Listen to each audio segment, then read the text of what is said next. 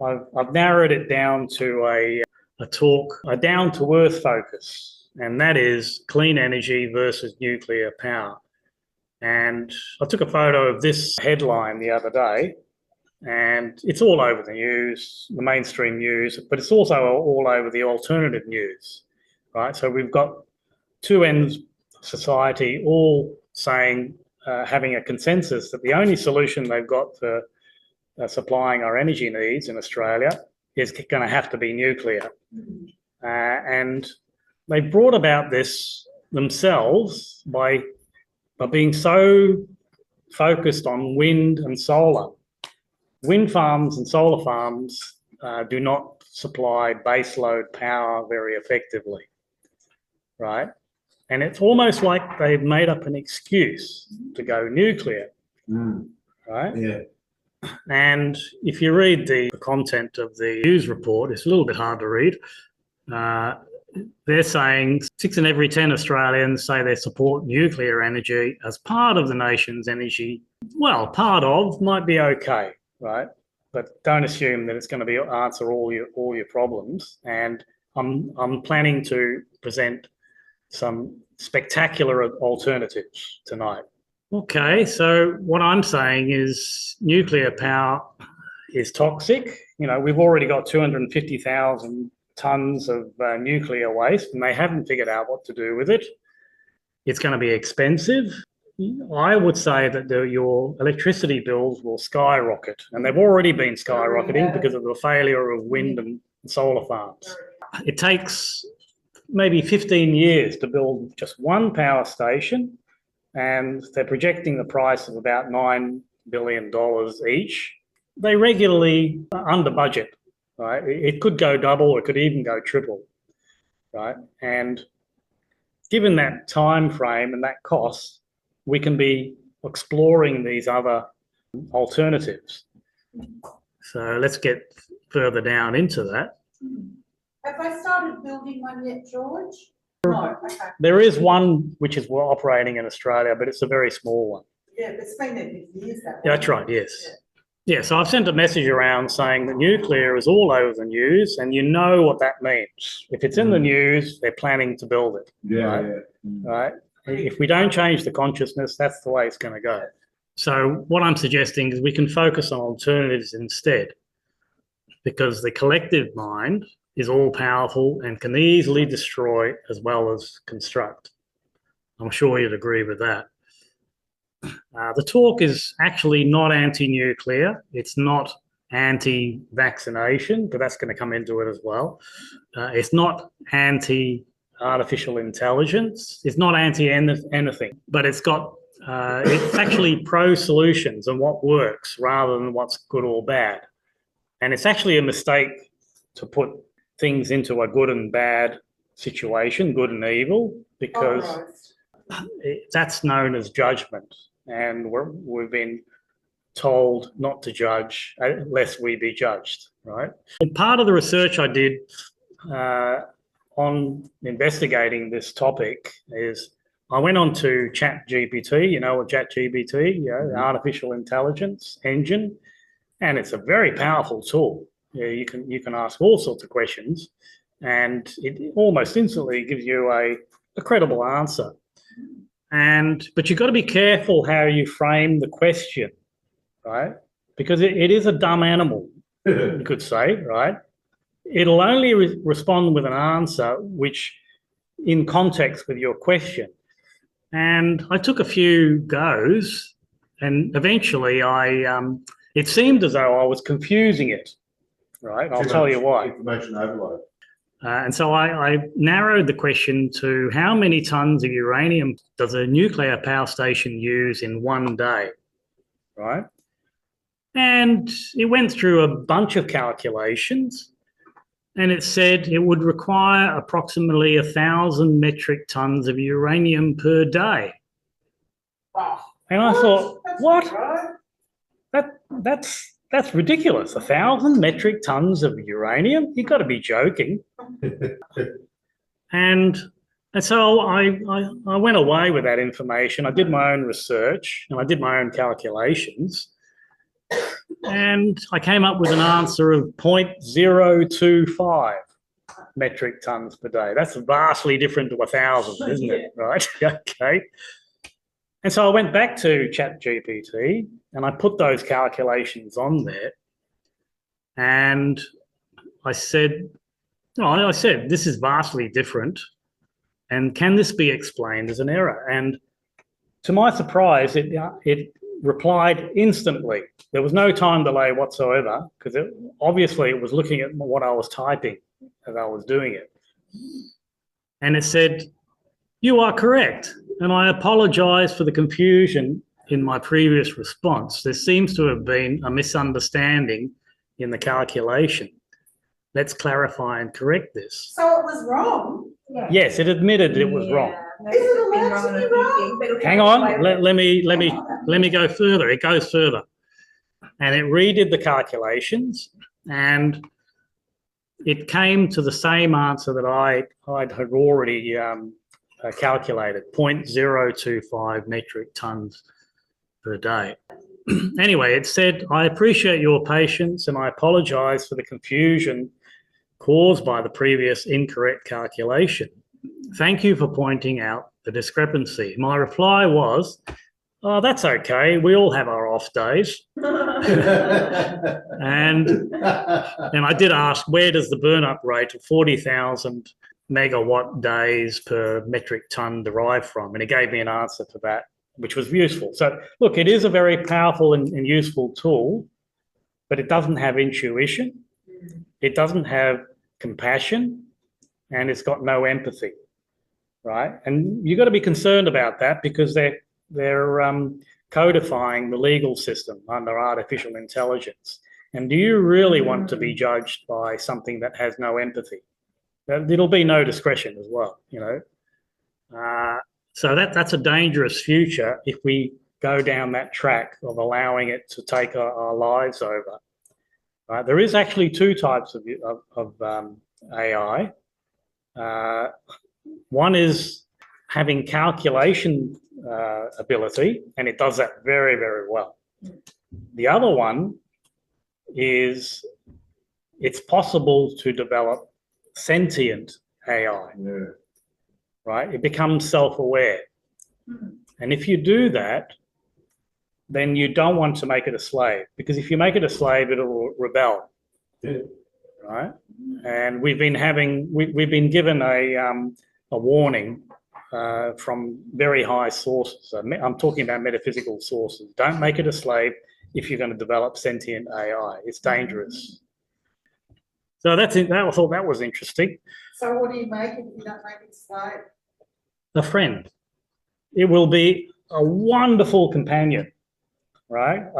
I've seen stories of beings who travel in very advanced from other planets, and they travel around the galaxy or the universe, and their companion is an artificially intelligent, sentient being, and they make great companions. But if you make it a slave, it's not going to like that.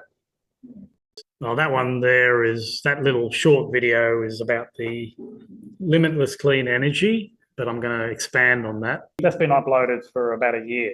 No, but what you're showing tonight is I don't know if I'm going to upload it. I've actually offered to do talks at Okay, so this is a beautiful diagram of a nuclear power station. What's interesting is it's so simple. Anybody could build one. Would you agree with that? I mean, it's just, you know, you could figure it out, and lots of countries have done that. Now, what's interesting about this is something we identified about 15 years ago when we had the groups here, is there's actually a number of pumps involved here.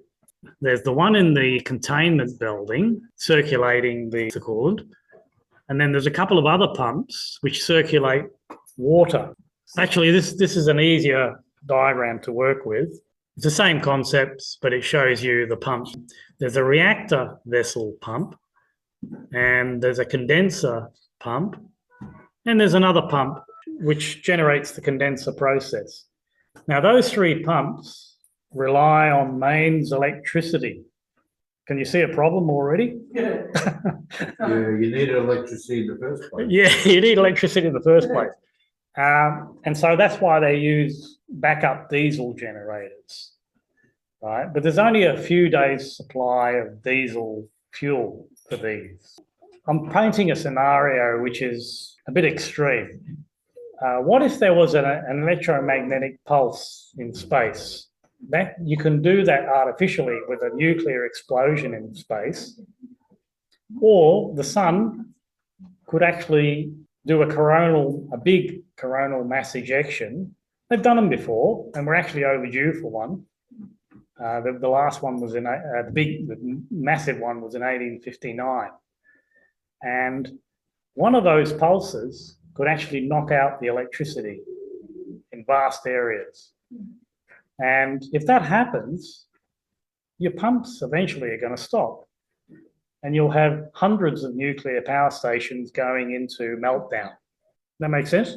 Mm. It's an unlikely scenario, right? Yeah. However, the electromagnetic pulses, they say that the big ones could actually knock out the big transformers, and it would take months to replace the big transformers.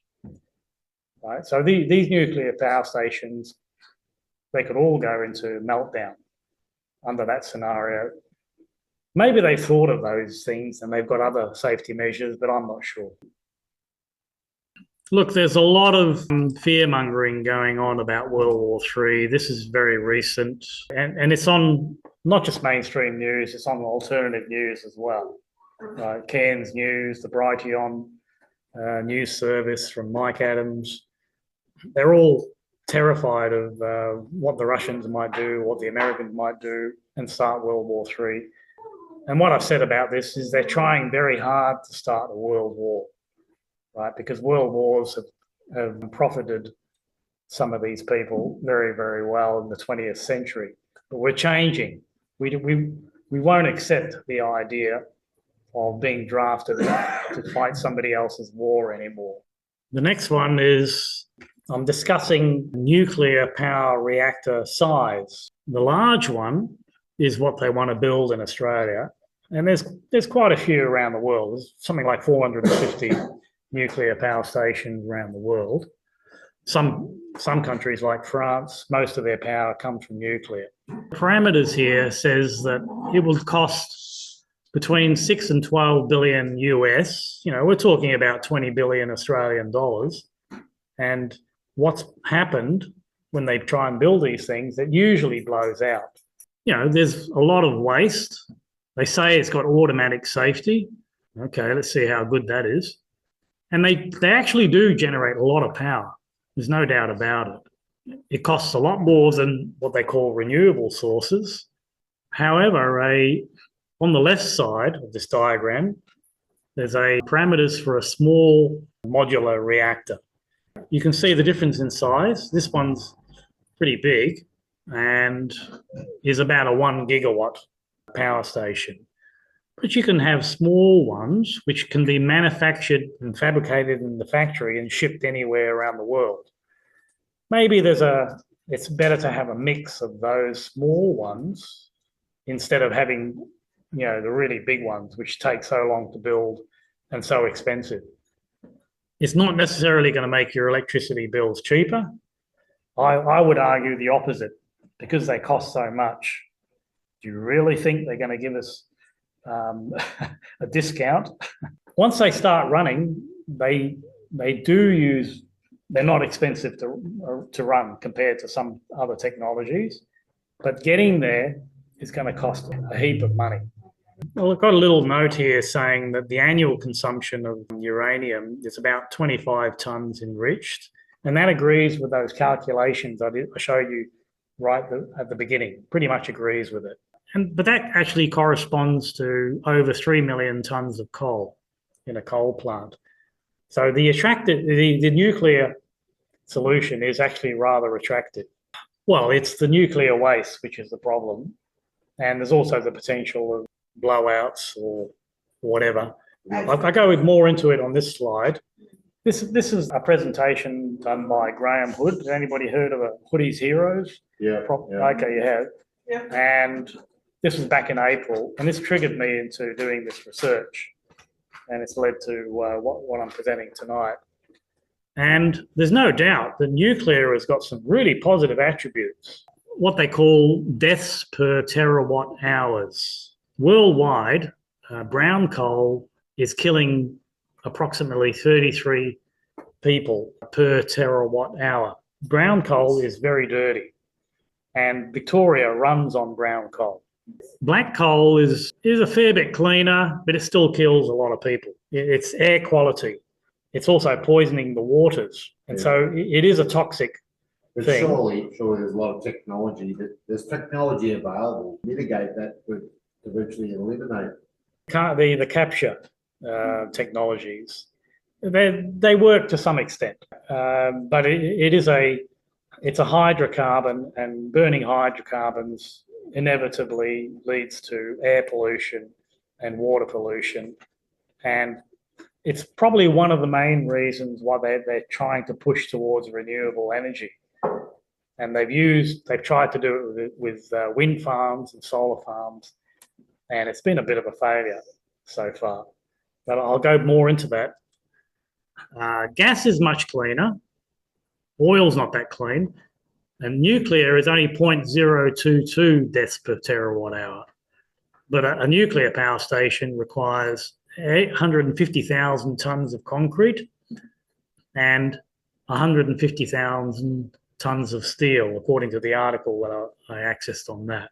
You've got to weigh up, is it a good idea to poison the environment in order to build a clean reactor? Yeah, there's a bit of a dichotomy there. The hydro, the wind and the solar result in far less deaths even than nuclear. Right, so that's one of the first points to examine when you compare these technologies. But this is what's happened in Victoria. The wind farms are supposed to last 25 years. They started to fail after only 5 years, according to this article. It's not a good thing, right? Because one wind installation takes hundreds of tons of concrete to hold that massive tower. And the blades that are on those generators emit a toxic gas, and they poison the waters. According to Senator Gerard Rennick, he released that information. He asked it in Parliament and they didn't answer it. And so he said, I'm going to answer for you. This is what your blades are doing. They're poisoning the waters because they shed a certain type of plastic, which then poisons the waterways. So there is multiple problems, and there have been cases where they do explode. The distortion of wind farms was caused back in the Howard era, when he produced legislation, pays farmers some money. If you're a farmer and they pay you $12,000 for one of these turbines on your land, that sounds like a very lucrative thing to go for. But the wind farm companies get something like $600,000 per tower from the government. And so the government's caused a huge problem. They've distorted the idea of using that technology. And so there's companies all over Australia, all over the world, doing their utmost to try and build these, because there's a lot of money that comes back to them. And if we're doing things for money instead of love, that's a problem. They get paid $12,000 per turbine, but the wind farm company gets $600,000 per turbine. Yeah, and yet it doesn't work very well. Yeah, one of the ways they can deal with the intermittent nature of wind is they build massive batteries, which is also taking up a lot of resources. If you want to build one of these batteries, you've got to dig hundreds of thousands of tons of dirt out of the ground. But this particular example, they've only just installed this. The big battery in Queensland, and it's massive, is 200 megawatt hours. But the statement here says Queensland needs at least 7,600 megawatt hours to avoid blackouts. In other words, your battery is going to go flat in the early hours of the night. It's useless. I'm amazed that they've used such infantile calculations to try and justify this method. Anyway, has anybody seen this movie? It's very enlightening. I wonder if it's true. Maybe it is, maybe it isn't. But what this movie is telling us is there's a vast disparity of climate science views. In other words, you could ask the question, is carbon a pollutant? What's the answer? Is carbon a pollutant? Yes, it is. It can be. It I is? think it is. What are you talking about? Carbon's essential to life. Yeah, it's Biological not. No, it's matter not, yeah. requires... No, it's not. No, it's not. Yeah, thank you. Oh, sorry, I was thinking carbon as in coal. No, carbon is in plants and biological life, right? It's not a pollutant, and yet just about all the literature and all the reports talk about carbon being a pollutant. It's not carbon that's the problem. It's pollution which is the problem. Nitrous oxides, poisoning the waters. That's the true culprit. Burning of what they call fossil fuels. Yeah. And that's a mistake. They're not fossil fuels. They're actually natural hydrocarbons which bubble up from the depths of the earth. It's renewable, isn't it? It does become renewable. What they've noticed is the wells that sort of go dry, they start to replenish. And so it's not a fossil fuel. That's a big lie. Not dinosaurs after. No, it's not dinosaurs. In fact, when you burn them, they become some of the most dangerous substances on Earth. That's the whole point here. And so instead of carbon credits, which is running the whole show, for 20 years or something like that, why not pollution discredits? That was my idea. Yeah, so if the terminology is flawed, then the conclusions might also be flawed. I think that makes sense, doesn't it? And this is a great movie to watch. That's why we ran movies and what we call cinema here for 20 years, because cinema is one of the most powerful tools we can use for raising awareness.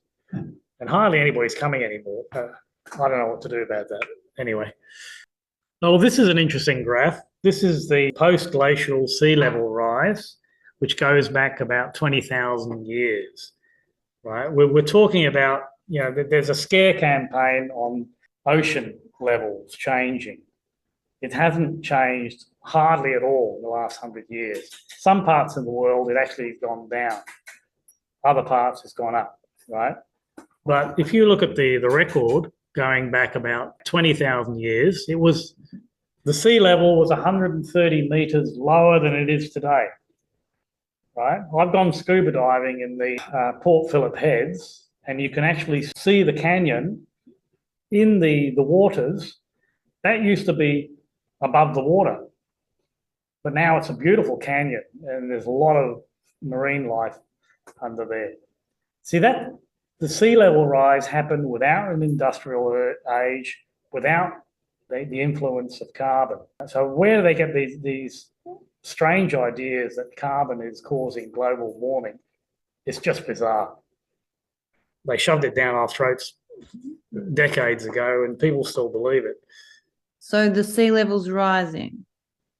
It rose dramatically over several thousand years to almost the level we have today.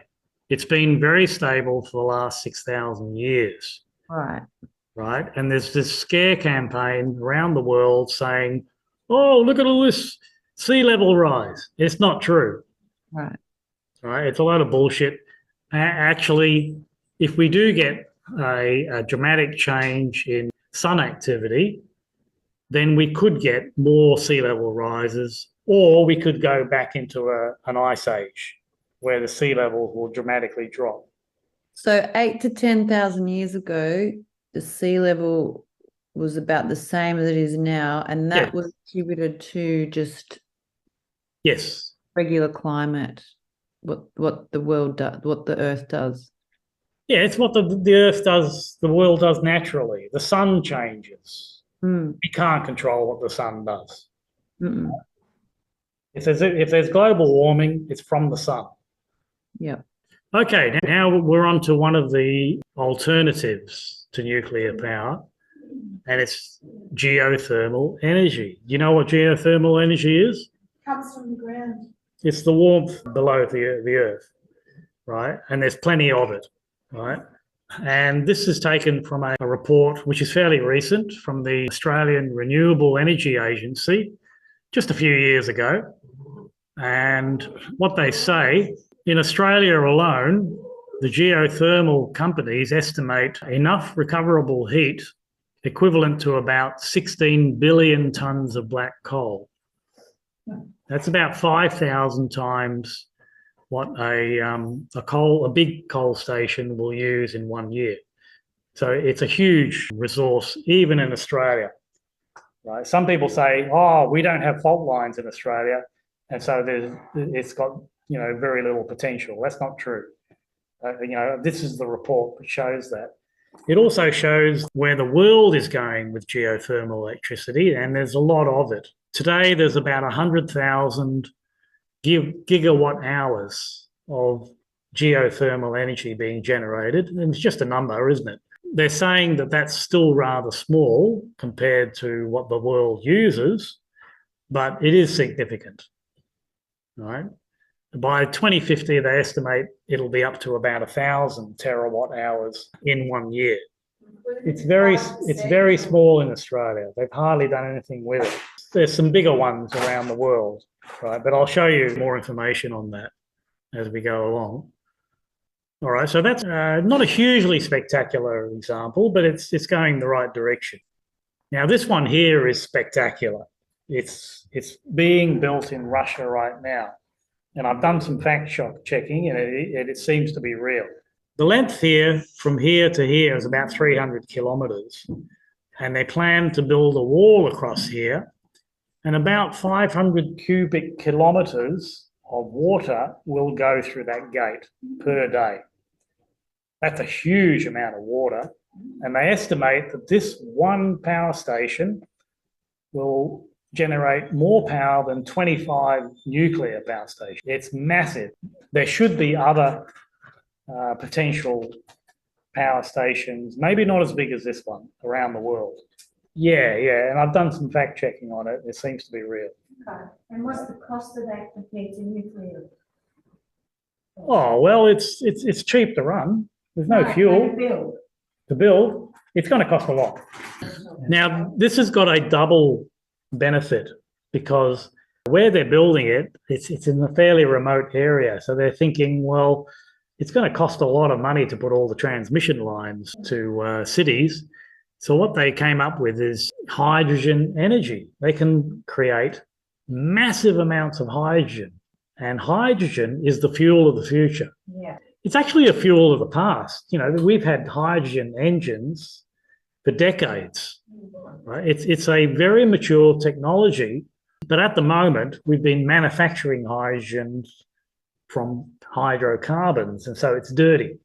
But we're getting to a point where, with installations like this, we can create hydrogen at a massive rate. That way we can get transport off oil, because oil is one of the major pollutants. Okay, so this chart here shows us the largest power producing facilities in the world. The first 9 or so are all hydro. Hydro is capable of massive power generation. And the biggest one is it's the Three Gorges Dam in China. And some people do complain about the environmental issues with that, flooding very large valleys. But this does demonstrate that it's very powerful. There's that large one will have it does have a capacity of 22 gigawatts, whereas the previous one, that's got a capacity of 100 gigawatts. It's 4 times bigger, right? So it's pretty spectacular. Hydro is pretty good in Tasmania, but the rest of Australia doesn't work so well. We're a pretty dry continent. But around the world, there's some really big power stations based on hydro. The last line here, it mentions the Penzin Tidal power plant project, and it presumes an installed capacity of up to 87 gigawatts. And when I did some research, this page comes from Wikipedia. When I did the research, it's actually referring to this one, right? So that was an indicator that there is other information telling me this is real. This is not just something that somebody made up on the internet. You know, I verified it with other information too.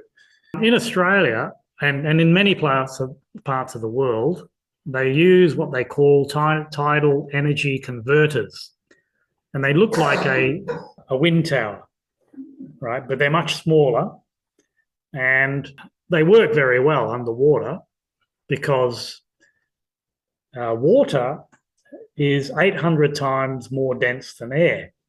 So one revolution underwater is equivalent to, it might be equivalent to 800 times what a wind generator will give you.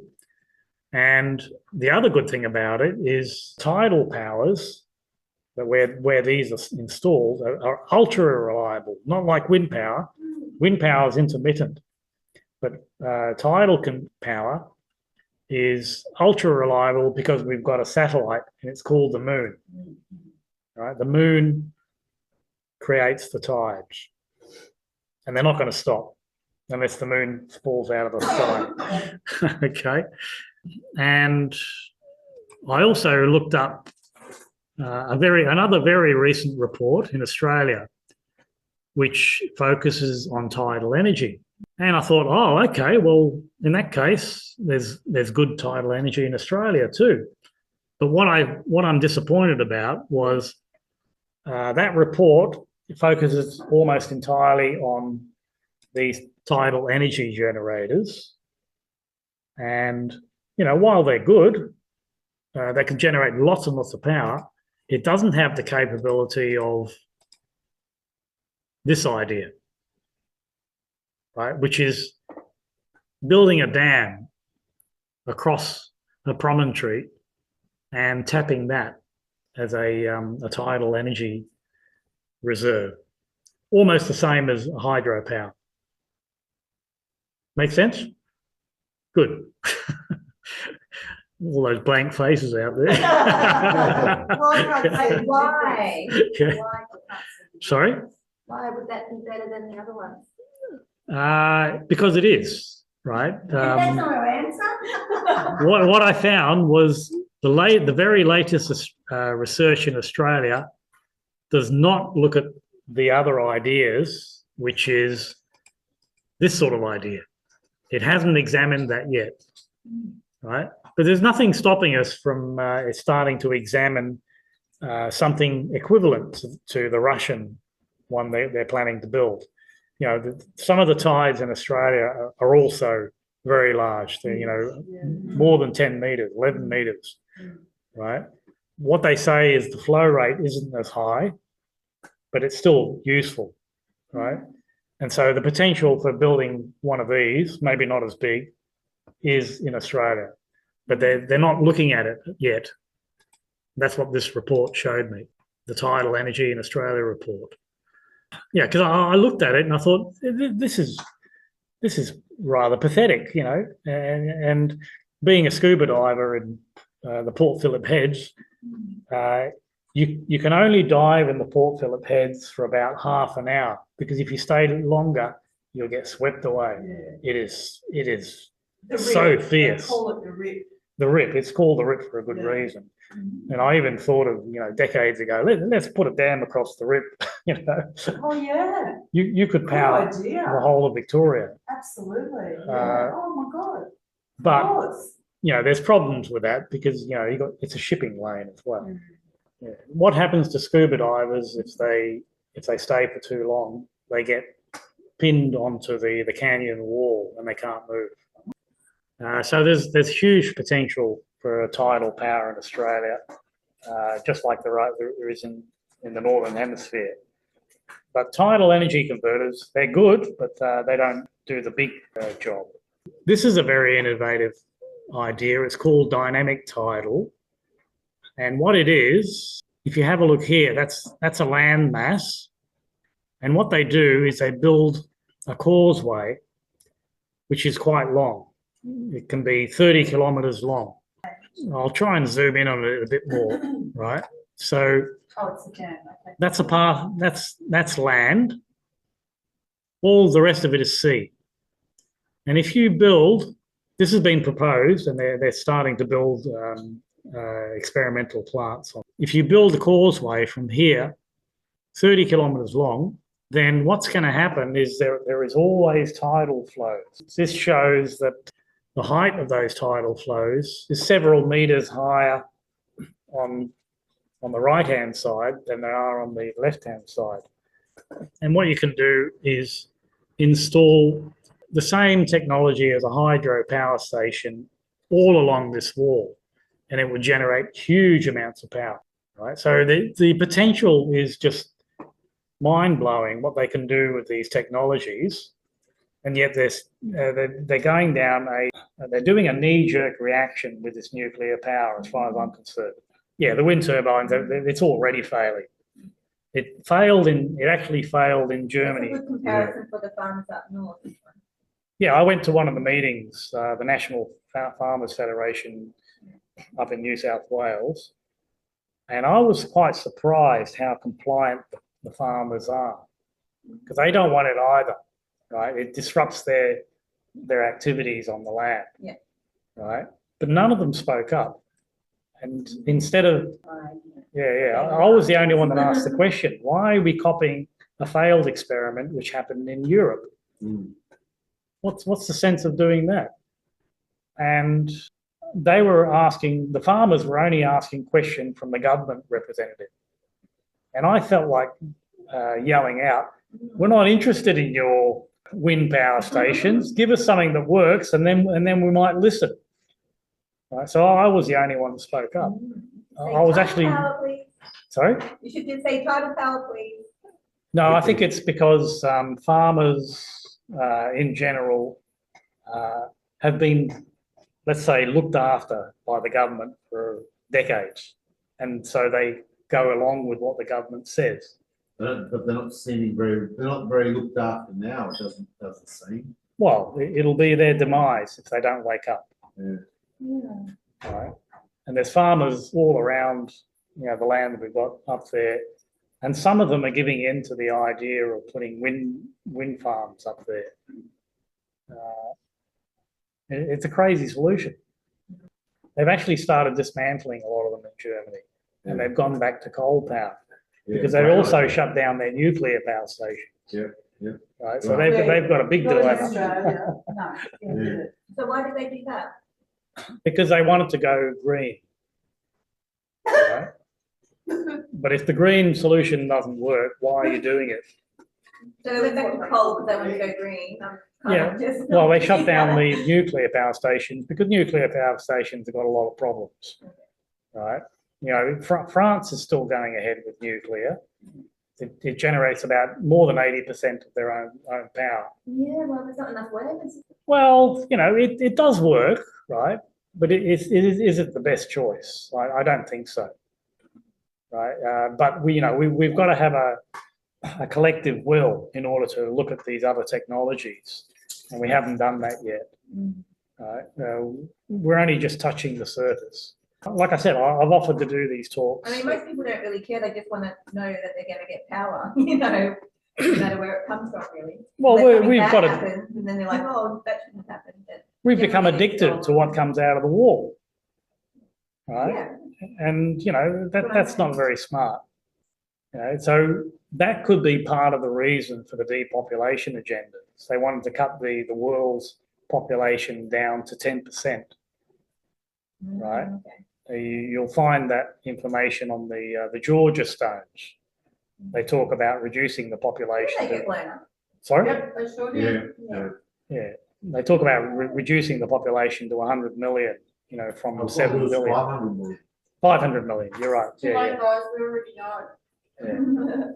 Yeah. That's mass murder, but it's, the information that we've worked with over the decades says the opposite. There is enough for everyone, and even the animals and the plants, the things that are life-giving. Yeah. But, there's more surprises coming up. Should we continue? Okay. So this dynamic tidal energy idea is a brilliant idea, and it's only in the very early phases of development. Right? Okay, this blew my mind, this one. What it is natural hydrogen. In other words, you don't have to convert it from another substance into hydrogen. It's already there. Just like oil comes from the ground, there's also a lot of hydrogen beneath the earth. And they're estimating it's truly vast. Hydrogen is the most prolific element in the universe, as we know.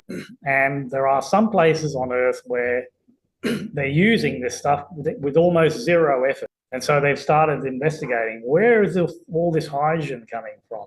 This is a diagram of the first hydrogen source coming from below the Earth around the world.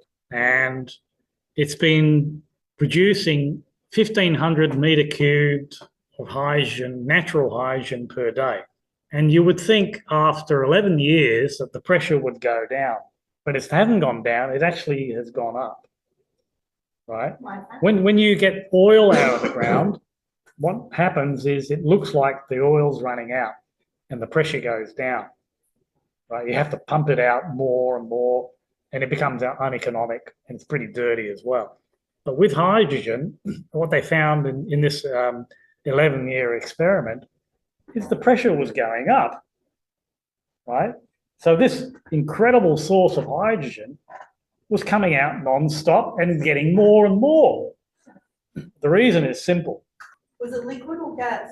It's gas once it gets to the surface. And you can use hydrogen in two ways. You can burn it, or you can use it in a fuel cell, right? And they've got technologies which have done both, on Earth, with cars and buses and so forth.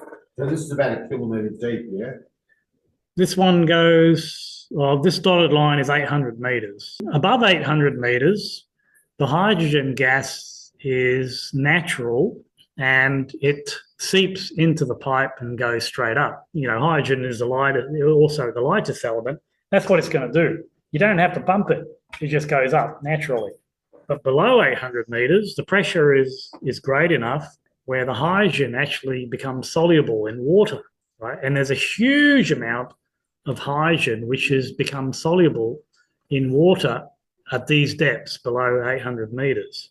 And so if you provide an escape hatch for it, what's going to happen is that hydrogen is going to come out of the water and go into the pipe, and they're going to keep going. And they're estimating that there's about 10 trillion tons of hydrogen below the Earth. It's a huge amount, and it would replace all the transport. How far down is it again? That dotted line is 800 meters, which is not that deep for a well. So it's on the crust of the Earth. Yeah. There's some of the oil wells go down 20,000 meters or more. But this particular hydrogen one, which has been running for 11 years, is only about 1 kilometre deep. And you don't have to pump anything because it's the lightest material, not lightest element. It just comes up naturally. I wonder how common it is to find it, how easy it is to find it, if there's lots of... Well, they found a big one close to Adelaide. Oh, did they? Yeah, the article that I've got here says that this one source close to Adelaide would meet all the power requirements of Adelaide for about 40 years. And then there's more to come from that because it's replenishing, right? It's an amazing discovery. And that's right? 11-year experiments. Sorry, is it affecting the crust? Yeah. It's not like fracking. You're referring to fracking. Yeah. It's not causing that problem because hydrogen is very, very light. It doesn't form a structure anywhere. It's just coming out. Whereas with fracking, what they're doing, it's an insane technology. What they're doing is pumping soluble material down into the earth, and it cracks the rocks. And that's when the oil comes out of it and comes up to the surface. we've got a layer here from, say, 800 meters to maybe 1100 meters. And that layer is going hundreds of kilometers both directions. There's a huge amount of hydrogen in there. And what the article tells us is that hydrogen naturally replenishes in these reservoirs with the presence of certain minerals. And that mineral is under the ground.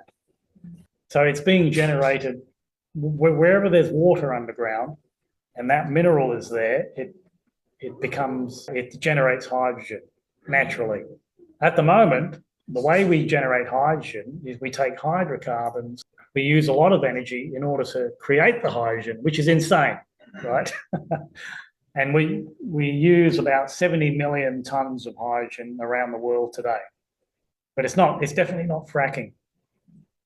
With fracking, once they take substances out of the ground, I've seen information and photographs which shows that the level of the ground drops. It's dropped, in some situations, it's dropped 12 meters. And that's caused huge problems. It's even generated earthquakes. When you frack the ground with these substances, you're causing movements which can be devastating. But hydrogen is such a light material, it doesn't form structures. All it does is it finds the easiest place to come out. Make sense? Yeah. Yeah, that's what I think anyway. I could be wrong, but anyway. Okay, so that's a really exciting discovery and development. Have they got to develop Australia? Who knows? It's got to take willpower, collective willpower, in order to access the resource. Yeah, but they are doing it in certain places around the world. The article might have a bit more information on whether they're doing it around Adelaide as well. Surely you could synthetically you could make some sort of synthetic version of that too, surely. Yeah, that's what I was saying before. The synthetic version is produced from hydrocarbons, and so it's a dirty process. And they manufacture about 70 million tons at the moment. So it produces another pollution. That's right. It produces more pollution. Yep. Right? But if there's a natural source which you hardly have to filter at all, why not use that?